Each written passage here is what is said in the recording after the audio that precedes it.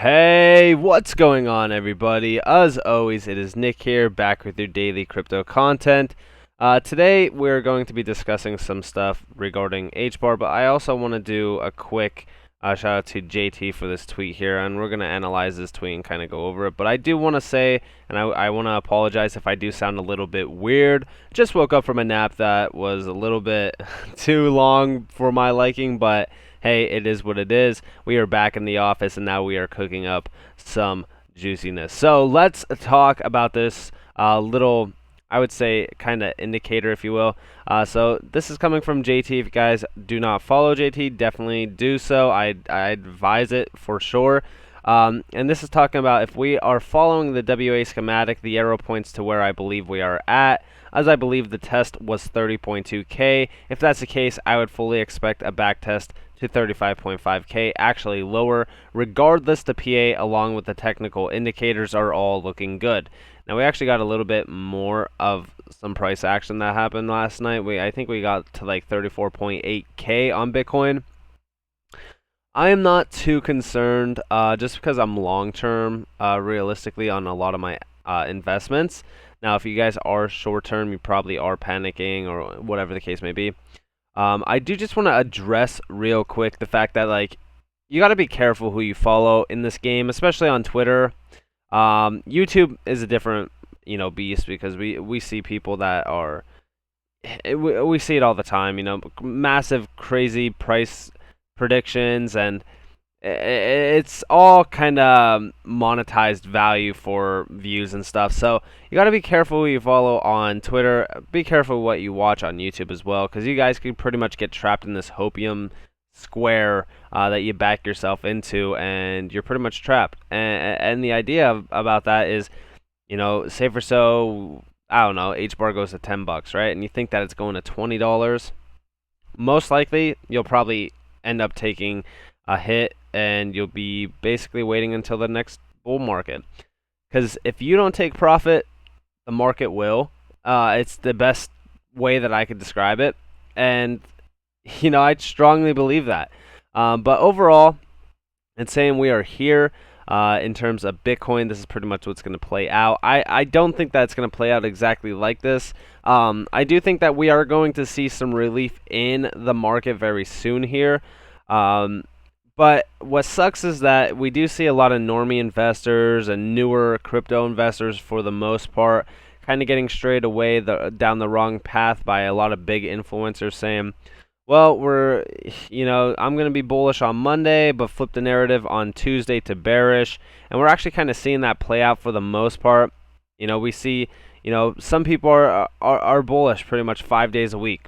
And then all of a sudden they're bearish 2 days a week. I'm always macro bearish for the most part, but I'm bullish long term 100%. Like, I don't think, all right, well, let's see how much money I can make by next week in crypto. No. I don't look at that, right? And I don't think that, for the most part, unless you are a day trader, you shouldn't be playing the short-term game anyways. Now, short-term all depends on how you look at it. Like, for an example, some people's short-term is like a year. Some people's short-term is like a week. My short-term is pretty much like next week, 2 weeks out, maybe a month out. That's kind of short-term. Long-term for me is like a year from now, or even like longer down the road. Like, for an example, QNT, I plan on holding QNT for like at least like 5-10 years. Now, nonetheless, I thought it was interesting to bring up this chart. I definitely think that we are going to see some massive relief in the market overall. So let's jump into the juiciness. So I tweeted this out. This is actually regarding Coinbase, and we're going to talk about why I'm talking about Coinbase here. And I said, well, Brian Armstrong, it's time to list HBAR. I can't think of a better time, honestly. Incredible potential, short and long term, with extreme demand. The HBAR variants would agree. This is a top quality choice for a strong listing. Now, when I said this, it wasn't anything too crazy. This is actually from 2 days ago now. And they were talking about their goal for every asset where it is legal to do so. Pretty much their kind of dumbed down version of listing assets. A lot of people loved the HBAR As we could see, I mean, HBAR is pretty much listed here every single time. Now, the reason why I bring this up is because we actually had this announcement from Hedera, and it's saying USDC coming to Hedera. Center is pleased to announce that we're enabling our members to issue USDC on additional blockchains. This enables users to take advantage of the speed, scalability, and cost efficiency provided by next-gen public chains. Then I seen this tweet, and it was actually quoted by Tom. I don't know if Tom is here, but he quoted it. I could actually show you guys that. So Tom basically quoted it. I follow Tom. If you guys don't, basically he is the technical director of Everywhere UK, also the co-founder. Now he said USDC coming to Hedera. Is this a Coinbase listing breadcrumb as well? And that's pretty much the same thing here. That, you know, breaking Coinbase USDC, the second largest stablecoin with a market cap of $25 billion, will use the Hedera Hashgraph network for the fast transactions and settlements. Coinbase listing soon.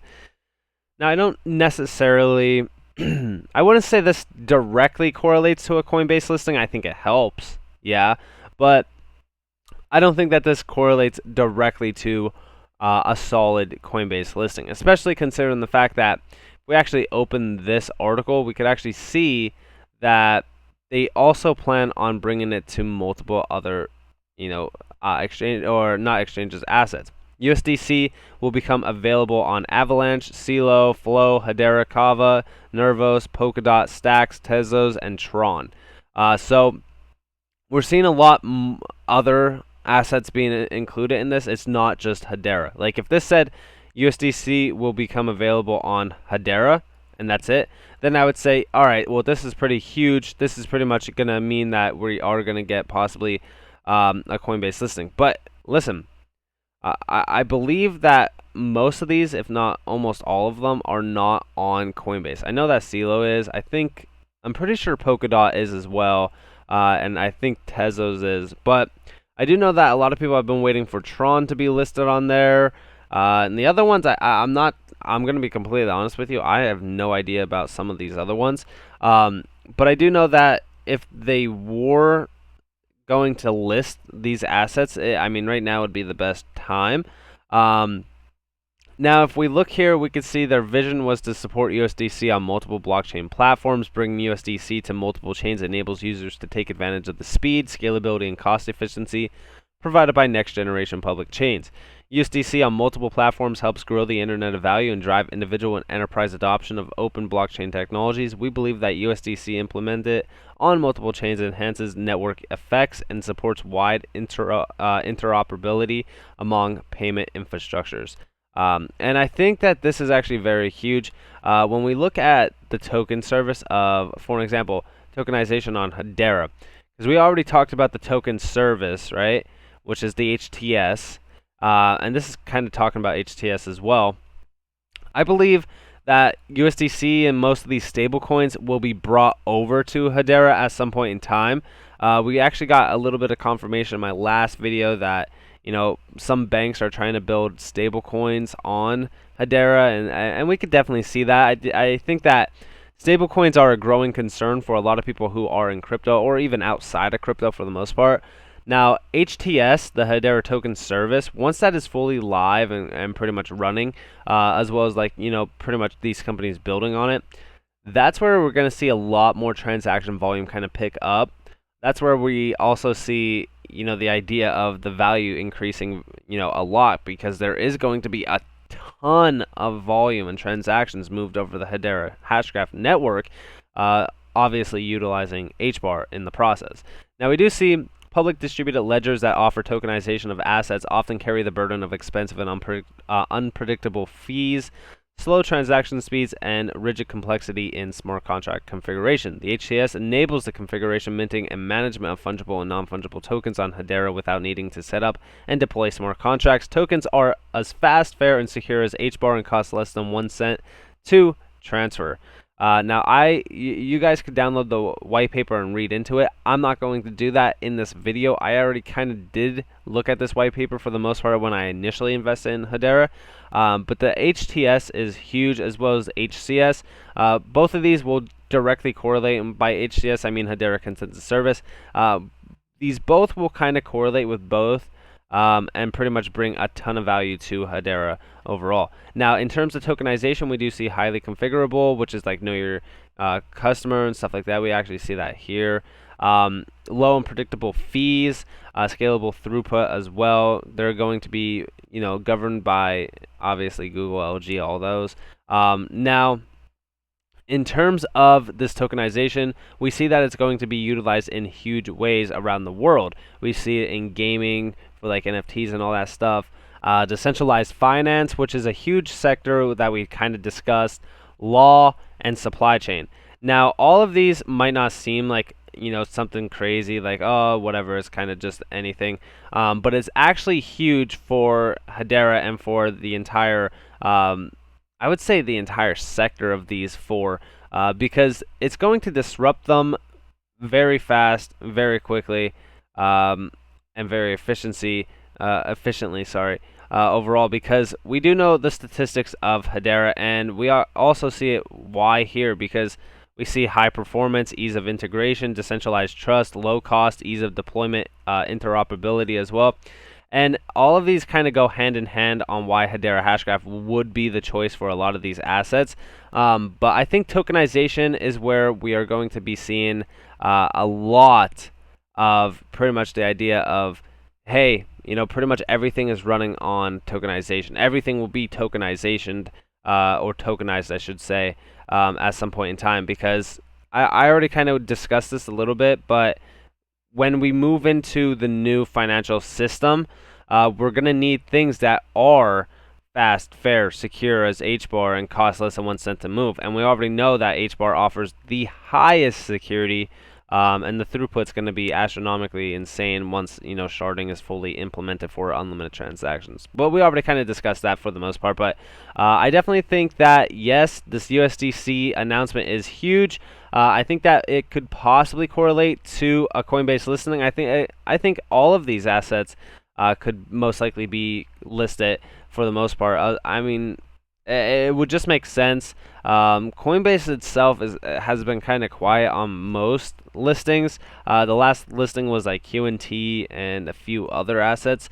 I would love to see some more in terms of even Hedera. Like, listen, I'm not going to get greedy and say, well, list Hedera right now. No, obviously it will come. I definitely think that Coinbase is looking on the radar of HBAR because it has a ton of demand. It would only make sense for them to list it, especially due to the fee transactions and stuff like that. It would definitely bring in a ton of revenue. But let me know what you guys think down in the comments below on the USDC integration, possibly a Coinbase listing, if you will, and overall market structure from even this chart here. So let me know what you guys think down in the comments below. If you guys did enjoy this video, definitely leave a like, subscribe, turn notifications on. If you guys do want more free content, you guys can follow me on Twitter at NCashOfficial. You guys could also join the free Discord down in the description below. As always, I hope that you all have a beautiful day or a beautiful night wherever you guys are in this beautiful world. This has been Nick. Peace out.